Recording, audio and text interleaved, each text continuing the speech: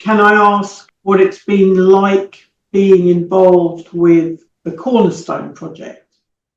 So one thing that I've sort of realized, as I say, since I became disabled is how the world is not well designed for people who are disabled.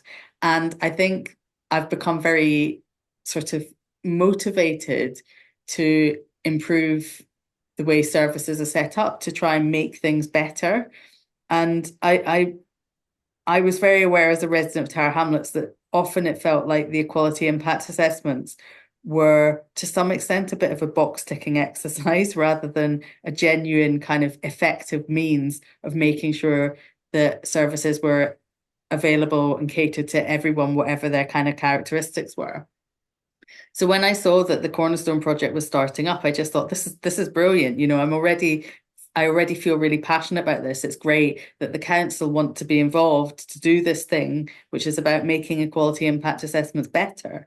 Because I think one of my theories is that I think a lot of the time it's not that people don't want to make things good, it's just that they don't know how, or they don't have the understanding of what would actually make a difference. And so I think what's great about Cornerstone is that it's using the experiences of people with protected characteristics to work directly with council officers who know and understand the systems of what the process of doing equality impact assessments is and understand how the council works. And we're sort of learning from each other to try and make something that's better for everyone.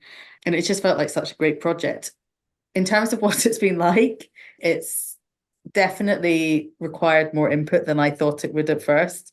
But it's been incredibly rewarding. It feels like we've really have made a difference. The main equality impact assessment that we sort of did a test run on was the violence against women and girls strategy. And that's just been sent to cabinet.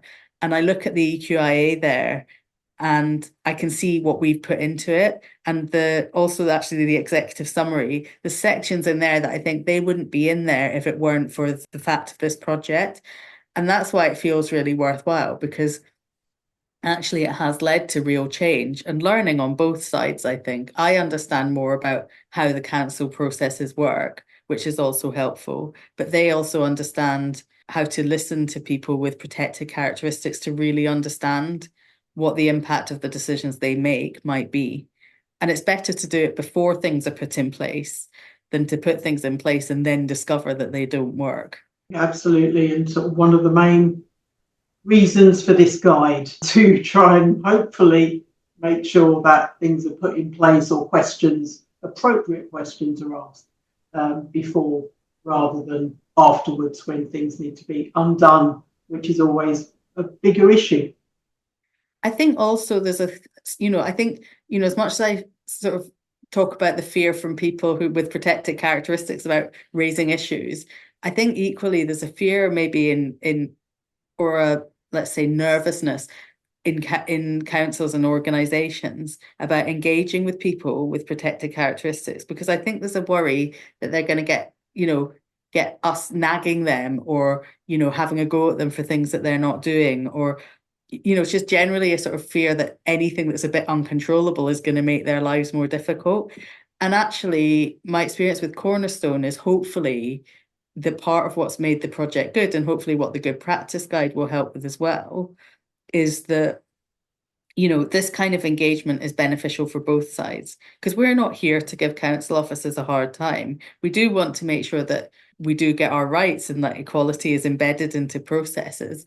But also, we reckon by getting more of an understanding of the way the council works can help them to do their job well. And in the long run, that means the council isn't going to have people who are angry a year down the line because the service that's been put in place isn't serving their needs. And so I think hopefully it's kind of it's sort of broken down barriers on both sides in terms of making people more open to work together. Fantastic.